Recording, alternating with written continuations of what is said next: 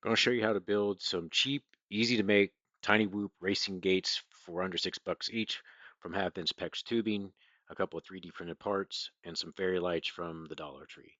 Here's your cut sheet, two 20-inch legs, one for each side, one 20-inch top rail, one 20-inch bottom rail, and then two elbows, two 90s, and then you have four 10-inch for the feet. This is the custom T. It's a four-way T, and you can see the hole on the left is for the lights. Out the side, here's a shot of the actual PEX tubing that I used from Menards. You can see today's $3.59, and here's the $1.50 LED light string. These are 10-foot long each. You're also going to need two AA batteries because they're not included for the lights. Here's what the overall structure looks like. You start with the four-way T at the 20-inch leg, a top rail, an elbow on each side, and then another 20-inch leg, and then another cross or a bottom rail, and then you have four 10-inch feet to kind of give it stability, and then you can see the materials in the cuts below.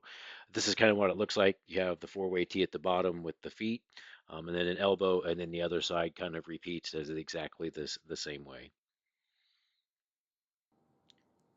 Here are the materials. That's the 10-foot piece of half-inch PEX tubing. You're basically going to cut the four 20-inch pieces that you need for the two side legs, the one top rail and the one bottom rail. And then also you're going to need to cut four 10-inch feet to go to connect to the four-way T's, and that's what's going to hold this thing upright. This part doesn't really take very long at all. It's actually going to take longer to undo the fairy lights than it is to actually do the cuts on these.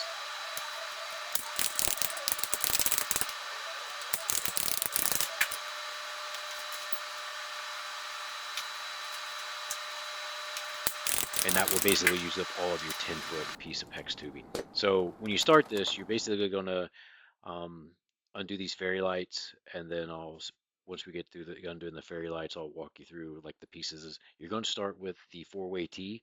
There's a hole for the wire or the light to run through.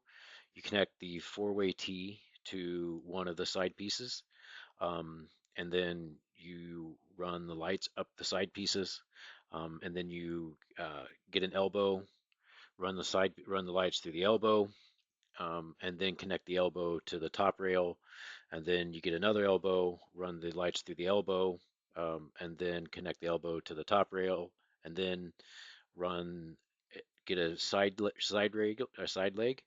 run the lights to the side leg, and then connect that to the elbow, and then you connect the T to it, and then you run the lights all the way across to the other T, and the lights come out the same hole that they went in, and then you just wrap the extra along the bottom. And this is what the finished product looks like. So you're with your 4 feet of 10-inch. So you can start here. So here's the custom four-way T.